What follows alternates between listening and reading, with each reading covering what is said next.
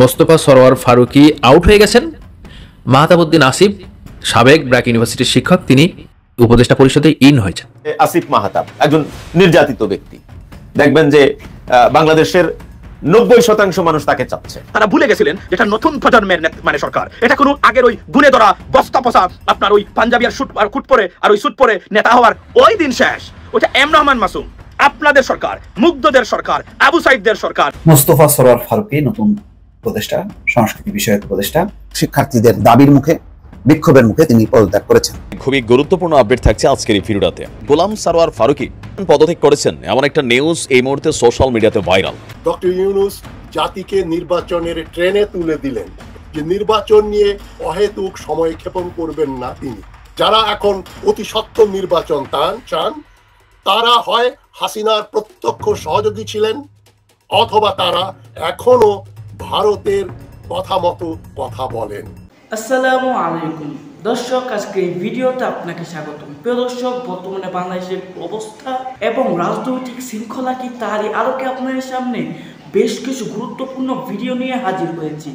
সেই ভিডিওগুলো দেখলে আপনারা রীতিমতো অবাক হয়ে যাবেন। প্রিয় দর্শক, তাই আমি আর দেরি না করে চলে যাব মূল ভিডিওতে যাওয়ার আগে যারা আমার চ্যানেলটি সাবস্ক্রাইব করে তাদেরকে অসংখ্য ধন্যবাদ। আর যারা এখন আমার চ্যানেলটি সাবস্ক্রাইব করে তারা সাবস্ক্রাইব করে ফেলুন এরকম ধরনের সকল আপডেট সবার আগে পেতে। মোস্তফা সরোয়ার ফারুকী, তাকে নিয়ে নানা ধরনের গুঞ্জন, প্রতিবাদ এবং আলটিমেটাম। কি হতে যাচ্ছে? আজকে সারাদিনই ফেসবুক সয়লাব হয়েছে ফারুকী আউট, আসিফ ইন। ঘটনা কি? এই ঘটনার তল খোঁজবার চেষ্টা করেছি। প্রিয় দর্শক, মোস্তফা সরোয়ার ফারুকীকে সংস্কৃতি উপদেষ্টা নিযুক্ত করার পর থেকেই সারা দেশে প্রতিবাদ উচ্চারিত হচ্ছে। আসলে তাকে কেন সংস্কৃতি উপদেষ্টা করা হলো এ নিয়ে বিস্তর প্রশ্ন সাধারণ মানুষের মধ্যে। অন্যদিকে আজকে যে গুঞ্জন ছড়িয়েছে যে ব্র্যাক ইউনিভার্সিটির সাবেক শিক্ষক আসিফ মাহতাবকে সংস্কৃতি উপদেষ্টা হিসেবে ফারুকীর জায়গায় নিয়োগ দেওয়া হচ্ছে। আসিফ মাহতাব উৎস, যিনি ট্রান্সজেন্ডারের মুখোশে তরুণ প্রজন্মকে বিপথগামী করার অপপ্রয়াসের বিরুদ্ধে সোচ্চার হয়েছিলেন। ইঞ্জিনিয়ার্স ইনস্টিটিউশনে একটা সেমিনার ছিল, সেই সেমিনারে 7ম শ্রেণীর পাঠ্যপুস্তকে শরীফ থেকে শরীফার গল্পের যে অংশটুকু ছিল সেটি প্রকাশ্যেই আসিফ মাহতাব ছিঁড়ে ফেলেন। এর মধ্য দিয়ে তিনি বিপুল আলোচিত হন। তিনি ব্র্যাক ইউনিভার্সিটি থেকেও অব্যাহতি পান। এই কারণে এটা নিয়ে তুমুল ঝড় উঠে কেন তাকে সরিয়ে দেয়া হলো। তিনি ট্রান্সজেন্ডারের নামে তরুণ প্রজন্মকে বিপদগামী করবার যে প্রচেষ্টা চালানো হচ্ছে তার বিরুদ্ধে মুখ খুলেছেন বলেই কি ব্র্যাক ইউনিভার্সিটি তাকে সরিয়ে দিল? তার পক্ষে নেটিজেনদের একটা বড় অংশ অবস্থানও গ্রহণ করেছিল। সর্বশেষ যখন বৈষম্য বিরোধী আন্দোলন চলছিল তখন গ্রেফতার হন আসিফ মাহতাব উৎস। সে কারণেই সম্ভবত নেটিজেনদের অনেকে বলছেন যে ফারুকীকে সরিয়ে আসিফ মাহতাবকে উপদেষ্টা হিসেবে নিয়োগ দেওয়া হোক। এখন একটা বিষয় অবশ্যই অনেকের মনের মধ্যে প্রশ্নের উদ্রেক করেছে যে কোন দৃষ্টিভঙ্গির কারণে আসলে এই বিপ্লবোত্তর অন্তর্বর্তী সরকারে মোস্তফা সরোয়ার ফারুকী উপদেষ্টা হিসেবে যোগ্য নন। অনেকে তো যুক্তি দেখাচ্ছেন যে তিনি একজন ভালো সিনেমা পরিচালক, চিত্রনাট্যকার, দীর্ঘদিন ধরে সংস্কৃতি অঙ্গনে বিশেষ করে চলচ্চিত্র শাখায় বিকল্প ধারার নানা ধরনের ফিল্ম উপহার দিচ্ছেন, সুতরাং তাকে উপদেষ্টা হিসেবে নিয়োগ দেওয়া ঠিক রয়েছে। আবার কেউ কেউ বলছেন যে বৈষম্য বিরোধী আন্দোলনের সময় তিনি গুরুত্বপূর্ণ ভূমিকা পালন করেছেন, ফেসবুকে স্ট্যাটাস দিয়েছেন। যখন কোনো সেলিব্রিটি ছিল না বৈষম্য বিরোধী ছাত্র আন্দোলনের নেতাকর্মীদের পাশে দাঁড়াবার, তখন ফারুকী স্ট্যাটাস দিয়ে ঐক্যমত্য এবং সংহতি প্রকাশ করেছেন। আমার অফিসে একজন বয়োজ্যেষ্ঠ মানুষ এসেছিলেন, তার নাম আমি বলছি না। তার কাছে জানতে চাইলাম, আচ্ছা আপনি বলুন তো মোস্তফা সরোয়ার ফারুকীকে কেন মানুষ চাইছে না, কেন দেখতে চায় না সংস্কৃতি উপদেষ্টা হিসেবে? আমরা বেশ কটি জরিপ করেছি। আপনারা জানেন যে ইউটিউবে পরিচালিত জরিপ কখনো বিকৃত করা যায় না, কারণ এই জরিপগুলোতে দর্শকের যে ভোটের ব্যবস্থা এটা একেবারেই অকাট্য, এটা পরিবর্তন করার কোনো উপায় নেই। আমি ফারুকীকে নিয়ে দুটো জরিপের ফলাফল আপনাদের সামনে উপস্থাপন করছি। এই জরিপ চেঞ্জ টিভির কমিউনিটিতে গেলে দেখতে পাবেন। সংস্কৃতি উপদেষ্টা ফারুকীর কি পদত্যাগ করা উচিত? 1,09,000 মানুষ ভোট দিয়েছেন। এক্ষুনি যদি বিশ্বাস না করেন চেনসিবির কমিউনিটি ট্যাবে গিয়ে দেখুন এই জরিপের ফলাফল। 1,09,000 মানুষ ভোট দিয়েছেন। এটা ম্যাসিভ ভোট বলা যায়। সংস্কৃতি উপদেষ্টা ফারুকীর কি পদত্যাগ করা উচিত? হ্যাঁ, হ্যাঁ লিখেছেন, হ্যাঁ পক্ষে ভোট দিয়েছেন 89% এবং না এর পক্ষে ভোট দিয়েছেন 11%। একইভাবে আমি যদি আরো দু একটি জরিপের কথা বলি, প্রত্যেকটি জরিপেই কিন্তু দেখছি যে 80 থেকে 90% মানুষ ফারুকীর এই উপদেষ্টা নিয়োগের ঘটনাটিকে ভালো চোখে দেখছে না। তো ওই যে বলছিলাম যে একজন বয়োজ্যেষ্ঠ মানুষ এসেছিলেন আমার কাছে, তার কাছে জানতে চাইলাম যে কেন আসলে প্রতিবাদ উচ্চারিত হচ্ছে প্রত্যেকটা জায়গা থেকে। প্রথমে জাহাঙ্গীরনগর বিশ্ববিদ্যালয় থেকে এই প্রতিবাদের সূচনা। ফারুকীকে যখন উপদেষ্টা হিসেবে শপথ দেওয়া হলো সেই রাতেই কিন্তু জাহাঙ্গীরনগর বিশ্ববিদ্যালয়ের একদল শিক্ষার্থী প্রতিবাদে ক্যাম্পাসে নেমে আসে। এরপর দেশের বিভিন্ন জায়গায় প্রতিবাদ হয়েছে, মিছিল হয়েছে, সমাবেশ হয়েছে, রাজনৈতিক দলগুলো বিবৃতি দিয়ে এর নিন্দা জানিয়েছে। তো ওই ব্যক্তিটি বললেন, এই যে বৈষম্য বিরোধী ছাত্র আন্দোলন, এই আন্দোলনে কারা শহীদ হয়েছেন, এই আন্দোলনে অংশগ্রহণ করেছেন কারা, তিনি গ্রাম এবং শহর ভিত্তিক একটা চিত্র আমাকে জানালেন। তিনি বললেন, দেখুন, গ্রাম বা মফস্বল অঞ্চলের নিম্নবিত্ত পরিবারের শিক্ষার্থীরা বা সাধারণ মানুষ কিন্তু এই আন্দোলনে অংশগ্রহণ করেছে। অন্যদিকে শহর অঞ্চলের কথা যদি আমরা বলি তাহলে দেখব যে নিম্ন মধ্যবিত্ত শ্রেণীর মানুষের সন্তানরাই, শিক্ষার্থীরাই এই আন্দোলনে প্রতিনিধিত্ব করেছে।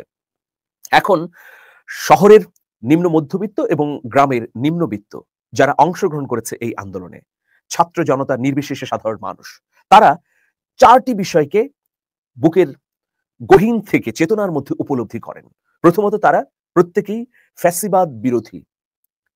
দ্বিতীয়ত, তারা ভারত বিরোধী। তৃতীয়ত, তারা ধর্মপ্রাণ। চতুর্থত, তারা অন্তর্ভুক্তিমূলক সমাজ চায়। মানে মোটা দাগে এই আন্দোলনে অংশগ্রহণকারীদের মনন এবং বোধ যদি বিশ্লেষণ করি তাহলে দেখছি যে তারা 16 বছর ধরেই ফ্যাসিবাদের নানা ধরনের নিপীড়ন এবং বৈষম্যের শিকার হয়েছে। শুধুমাত্র মৌসুমী এই জুলাই আগস্টে তারা আন্দোলন করেনি, তারা নিপীড়নের শিকার হয়েছে বলেই তারা এই জুলাই আগস্টে বুক পেতে দিয়েছিল মৃত্যুকে সাদরে গ্রহণ করবার জন্য।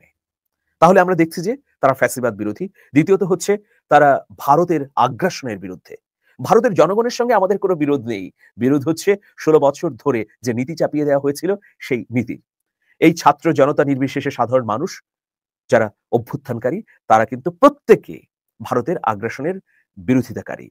তৃতীয় বিষয় হচ্ছে মোটা দাগে এই আন্দোলনে হিন্দু, বৌদ্ধ, খ্রিস্টান, মুসলিম, গারো এবং অন্যান্য ক্ষুদ্র নৃগোষ্ঠীর মানুষ অংশগ্রহণ করেছে। কিন্তু মোটা দাগে এটা বলতেই হবে, যারা অংশগ্রহণ করেছে তারা ধর্মবিদ্বেষী নন, তারা ধর্মপ্রাণ।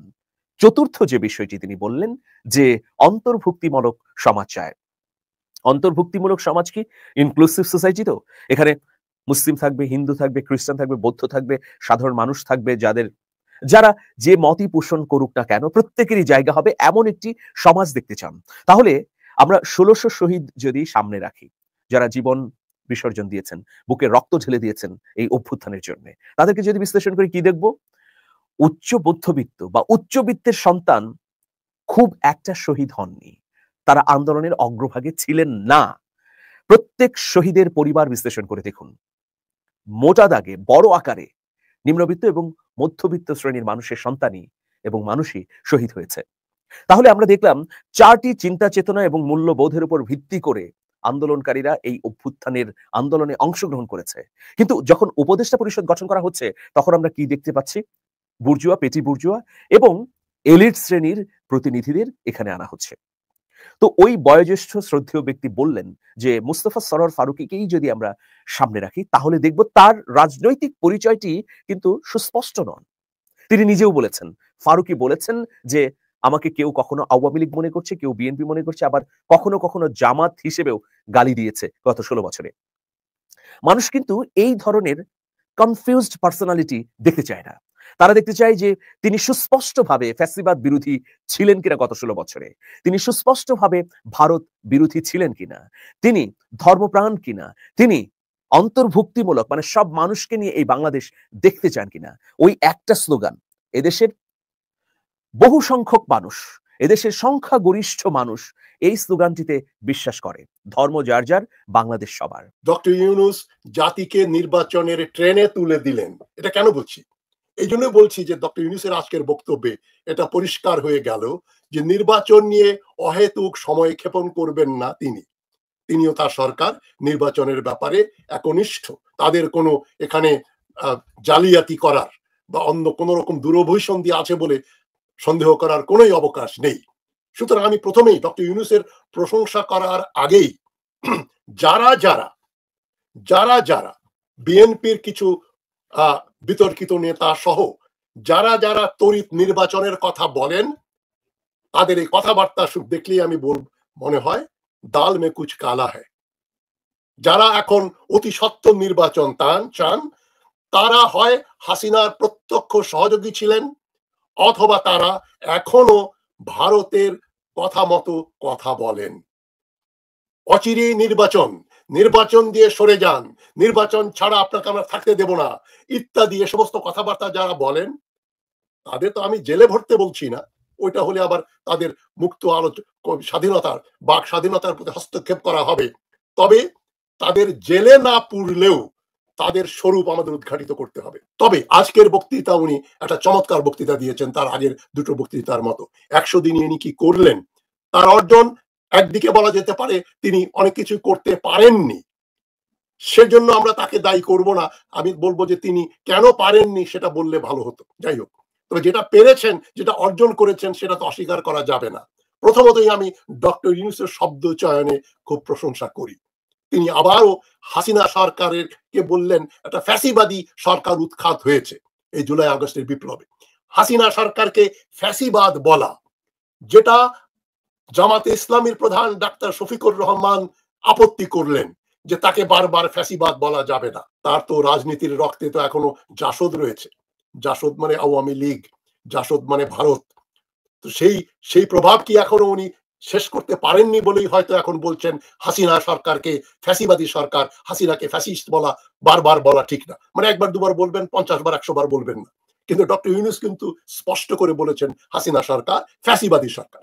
আন্দোলন যেটা হয়েছিল ফ্যাসিবাদ বিরোধী আন্দোলন হয়েছিল। এবং উনি এই যে আন্দোলনে যারা নিহত হয়েছেন, আহত হয়েছেন, যারা এখনো পঙ্গু হয়ে পড়ে আছেন, তাদের ও তাদের পরিবারের সাহায্যের জন্য তিনি যে ব্যবস্থা করছেন আন্তর্জাতিক ভাবে, এবং দেশে যে টাকা পয়সা আছে সেখান থেকে যে তিনি তাদের উপর খরচ করছেন, বিনামূল্যে চিকিৎসার ব্যবস্থা করছেন, আজীবন তাদের রক্ষণাবেক্ষণ করবে সরকার, এ ধরনের একটা ব্যবস্থা করেছেন। এই জন্য তো ডক্টর ইউনূসকে প্রশংসা করতেই হবে। সুতরাং যার যেখানে প্রাপ্য প্রশংসা সেটা আমাদের দিতেই হবে। যারা এখন মনে করেন ঘোলা পানিতে মাছ ধরার চেষ্টা করেন, ঘুরে ফিরে কিন্তু ওই যে হাসিনাই ভালো ছিল বা আগের পেছনের দিকে ফিরে যাবার কথা যারা চিন্তা করেন, তাদেরকে বলা হয় প্রতিক্রিয়াশীল, রিয়াকশনারি হচ্ছে পূর্ব অবস্থায় ফিরে যাওয়া। ওটার কোনো অবকাশ নেই। বাকশালপন্থী আওয়ামীপন্থীদের বলছি, এবং রং বদলে যারা নব্য বাকশাল নব্য আওয়ামী হয়েছেন, আমি নাম না বললে আমার বক্তব্যটা ঠিক হয় না, মনে হয় আমি কিছু মিস করলাম। মানে মির্জা ফখরুল ইসলাম, আমির খসরু মাহমুদ চৌধুরী, রিজভী বিএনপির, তারা পরোক্ষভাবে আওয়ামী সরকার, হাসিনা সরকার ও ভারতের পক্ষাবলম্বন করছে। তারেক রহমানের সঙ্গে এদের একটা বিরাট ব্যবধান হয়ে গেছে, এবং এই ব্যবধান নিয়ে একটা দল নির্বাচন করতে পারবে বলে আমার মনে হয় না। তাই বিএনপিকে রিফর্ম করতে হবে। আমি জিয়াউর রহমানের বিএনপির সমর্থক হিসেবে বলছি, যারা যে কোনো বিএনপি নেতা বা যেই এখন বলবে নির্বাচন দাও, তাদেরকে আমি সন্দেহের চোখে না, শুধু আমি এই বিশ্বাসী করব যে তারা বিদেশিদের এজেন্ট, তারা আওয়ামীদের যাতে লাভ হয় সেই জন্য তারা এই ধরনের কথা বলছে। যারাই আওয়ামী লীগ নিষিদ্ধ করার বিরোধিতা করবেন, তাদেরকে আমি দেশের শত্রু, ভারতের চর বলে মনে করছি। ডক্টর ইউনূস কেন নিষিদ্ধ করতে পারেন নাই সে প্রশ্ন আমি করেছি, তবে তার যে সীমাবদ্ধতা আছে সেটা ডক্টর ইউনূস প্রকাশ্যে বলছেন না। হয়তো আমরা একদিন জানবো, ডক্টর ইউনূস আমাদের বলবেন, আমি আশা করি। তবে নির্বাচনের আগে একটা নতুন শাসনতন্ত্র লাগবে, নতুন ভোটার লিস্ট লাগবে। এটা হতে কমপক্ষে 2 বছর সময় লাগবে। আমি মনে করি আরো 2-3 বছর সময় নিয়ে ডক্টর ইউনূস রিফর্ম কমপ্লিট করে তিনি যেন নির্বাচনের ব্যবস্থা করেন। প্রিয় দর্শক, আমি আশা করছি আপনারা সকলেই আলোচনাগুলো শুনেছেন, এবং এই আলোচনাগুলো নিয়ে যদি আপনাদের কোনো মন্তব্য থেকে থাকে অবশ্যই কমেন্ট বক্সে জানাবেন।